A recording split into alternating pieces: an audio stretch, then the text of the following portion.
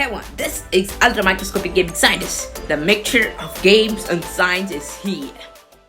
Symbiosis, the art of living together, is a relationship between different species. There are many types of relationships. This video, we will answer many questions which include: why do some birds sit on animals? And what is the use of sitting like this? Do mosquitoes and humans have any relationship? I know it doesn't make sense, but let's discuss. Symbiosis comes from two Greek words that means with and living.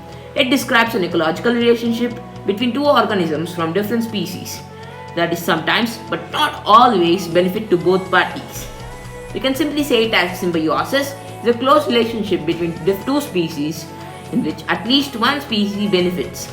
Before answering these questions, we need to know about different types of relationships. Types of symbiotic relationships. There are several kinds of symbiosis to consider when looking for symbiosis examples. Each type is often found in an habitat, but some are more common than others. The most common types of symbiosis include mutualism. The word itself says that it's benefit to both the parties. Commensalism, a one-sided symbiotic relationships. Parasitism, one species live on in or with the host species. Competition, relationship in which organisms compete for resources. Predation and herbivory, symbiosis where one organism feeds on another. These symbiotic relationships are different based on different species, which species benefits the most and whether they can live without each other. However, each one allows an ecosystem to reach sustainable balance. Let's discuss about each one in detail. First one, mutualism. When people use the word symbiosis, they are usually talking about mutualistic symbiotic relationships. Mutualism is a close but long-lasting relationship where both parties benefit. Organisms can use other organisms for cleaning, protection, or gathering food. In some mutualistic relationships, the organisms can't survive without each other. For example, clownfish and sea anemones. Clownfish secretes a substance that protects them against the sting of sea anemones. They can pass through sea anemone tentacles which keep them safe from predators. Clownfish attract other fish which the sea anemones catch and eat. Bees gather nectar from flowers which they make into food. Pollen rubs onto their bodies as they are collecting nectar from the flowers. And the pollen falls into the next flower which pollinates it.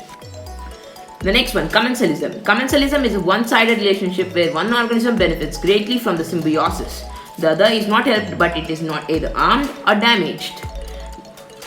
For example, a spider uses a tree to build its web. The tree is not impacted, but the spider needs the tree for shelter and safety. Remora fish, a type of suckerfish, attach themselves to shark and other large fish. They detach when the larger fish feeds and eat the leftover scraps. The third one is called parasitism. In parasitism, one organism benefits from the relationship at the expense of the other. The parasitic organism may live inside the organism's body, which we call it as endoparasitism, or on its surface, ectoparasitism. The host species often weakens and sometimes die, but in most cases, the parasite needs it to stay alive so that it can keep feeding on it. This one answers our question about mosquitoes. Fleas and mosquitoes feed on blood from the other organisms include even us. In this type of parasitic relationship, the host needs to stay alive, but it is not damaged greatly. Next one, competition. Many species compete for the same resources in an ecosystem, which we call it as competition symbiosis. It may seem like this type of relationship is an opposite of symbiosis, but ecosystems depend on the balance of different species being present.